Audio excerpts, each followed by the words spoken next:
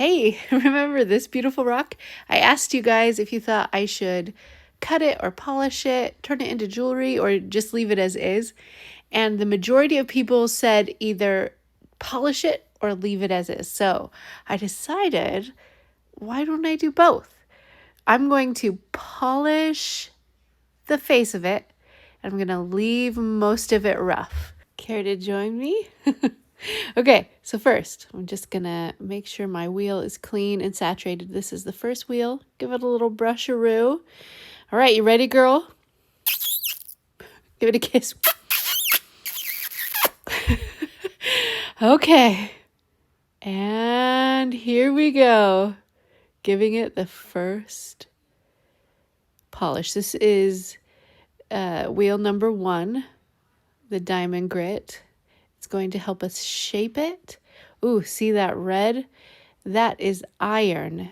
And that's because the side is hematite. You see that metallic-y color on the left-hand side? See it on the bottom there? That metallic color? How cool is that? It is just flicking red iron all over me. Look at my thumb. Can you see it's starting to flash right there? The metallic color. Ooh, it's looking so pretty already. It's only been a minute. I do not even mind it. It's honestly all part of the fun for me. Okay, I think I am happy with the shape so far. So now let's move on to the next part.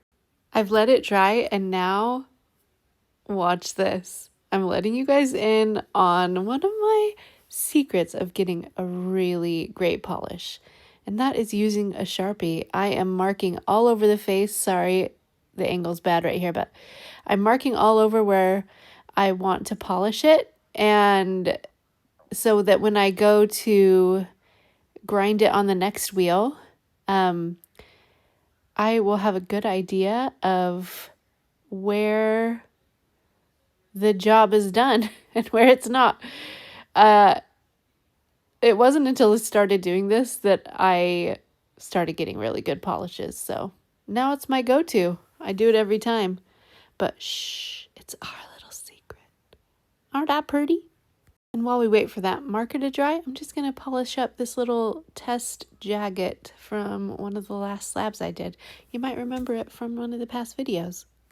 Okay, let's move on to the 180 grit diamond wheel here, the grinding wheel. Just making sure it's clean again. A little brush. I always have a toothbrush on me for rocks and polishing. Okay, so I'm grabbing my marked up stone. Now, the grinding wheel will initially get off most of the marker. What our biggest goal is getting the marker that is stuck in the little marks from the previous wheel, and that will mean that it's ground down where we want it. This is already looking amazing. Tell me I'm wrong. Look at it. I mean, we're only on the second wheel. We haven't even gotten to the good stuff. Okay. Now don't let the wetness of this fool you. We've still got a ways to go. So let's dry this off and repeat the process. We're going to mark it up again.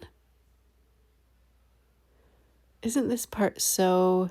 It's both satisfying and also a little terrifying at the same time. Every time I use a Sharpie on beautiful specimens, there's that little part of me that's like, what if it's actually permanent? But don't worry, it's not.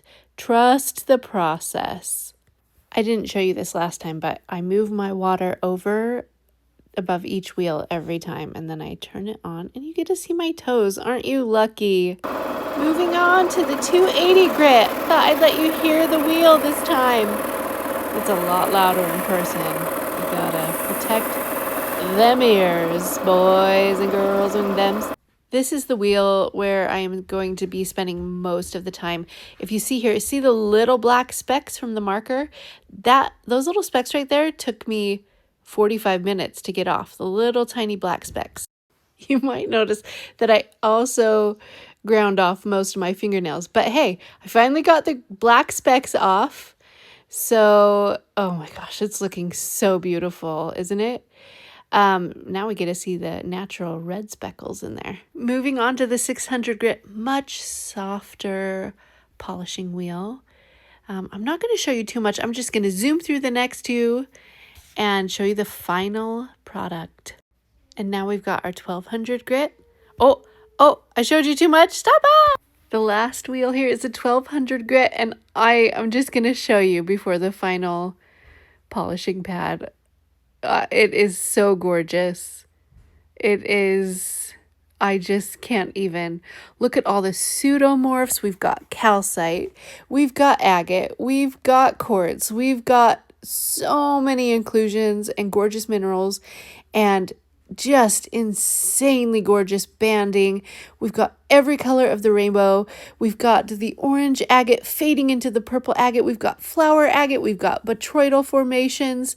Seriously, this agate has it all. Now, I forgot to film when I was doing the last buffer pad, but let's look at it in the sunlight. Okay, here we go. Oh, we're greeted with the hematite, and then bam! The beautiful mirror finish freeform agate. And you notice how I left that pocket rough? It's so beautiful.